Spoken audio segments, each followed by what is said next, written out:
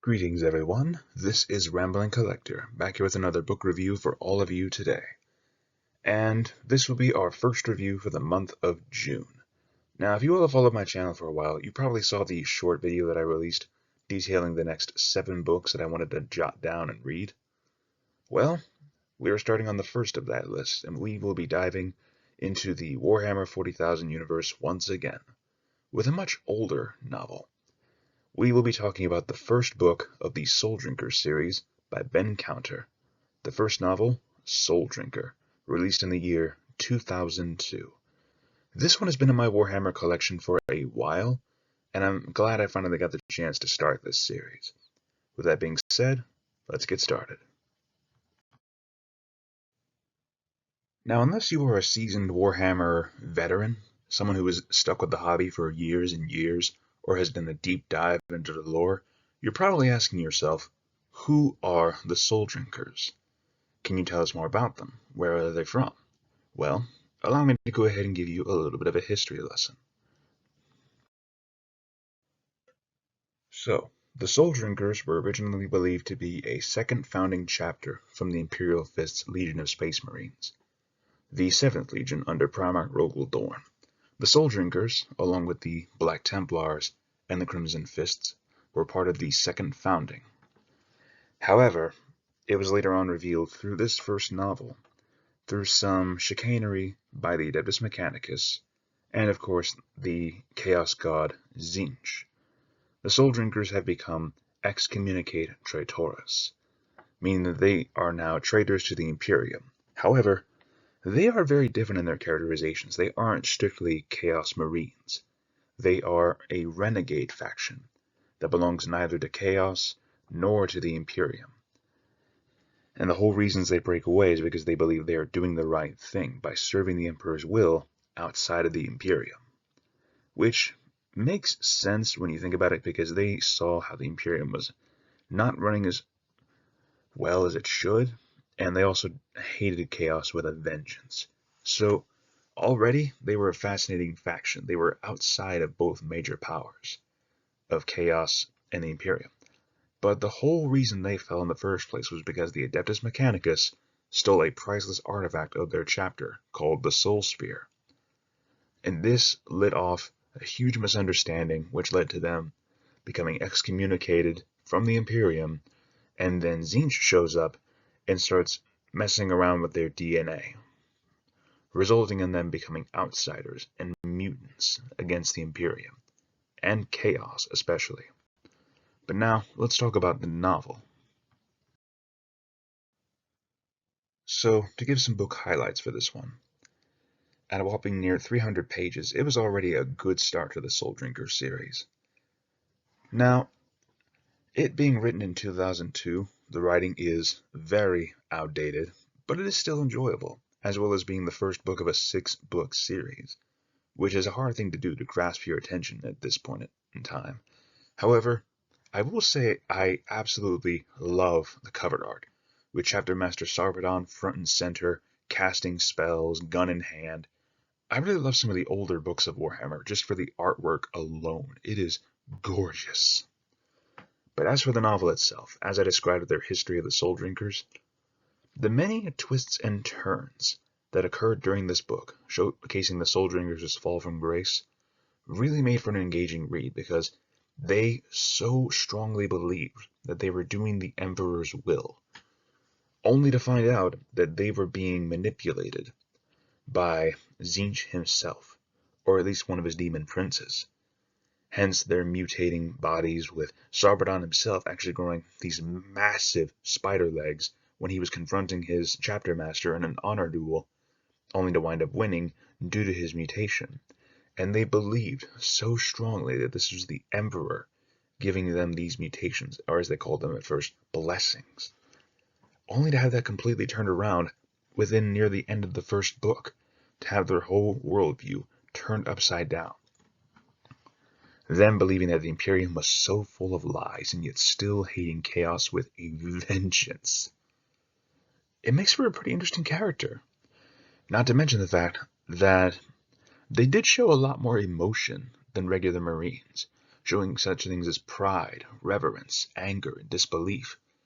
There were moments where they were praising the Emperor, or as they knew him as, the Architect of Fate, which, if you all are wondering, that is not a nickname the Emperor himself has. That is in fact a nickname of the Chaos God Tzeentch.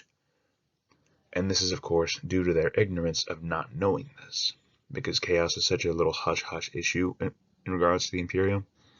Anyways, I liked how the older writing style showcased more emotion for the Marines here, rather than just some of the more current books that I have read, which has them as just by-the-book soldiers, or occasionally with a bit of emotion. More often than not, though, they're more just streamlined, is the word I'd probably use. But one of the biggest highlights for me throughout this whole entire novel was that the Chaos Gods themselves were actually far more in action within this story, with demon princes of Tzeentch and Nurgle being showcased as primary antagonists. There's even a subplot with the Adeptus Mechanicus studying the Soul Spear, only to discover that this Soul Spear has the ability to cast what is essentially a mini black hole, which that alone is a terrifying prospect. Now, I could be wrong about that weapon, but just from the way it was described in the novel, it sounds like it's a black hole generator, which is terrifying, and it is. But I liked how the details that were hidden here. So one thing I noticed about the older writing of Warhammer is that they go into far more detail. There's a lot more fluff to kind of paint the picture for this book that you're reading.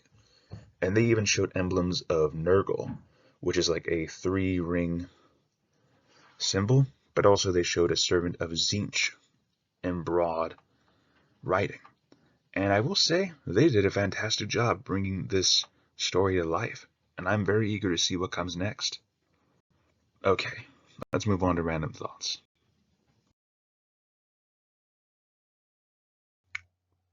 Okay, so random thoughts here. I'm going to geek out a little bit here, but one of the biggest draws that I love about the Soul Drinker series is the fact that they are renegades, but they don't serve chaos. They don't like how the Imperium has been lying to everybody, but they also hate chaos for mutating them. I wish they had more stories like this, more of the outsiders of the Imperium, whether they be Space Marines or even regular humans. I want more stories like that, because most of the stories I have read in the Warhammer universe has always been focused on either chaos or loyalist Marines fighting against each other or some other massive enemy. I want to see more stories that explore this world from the outsider perspective.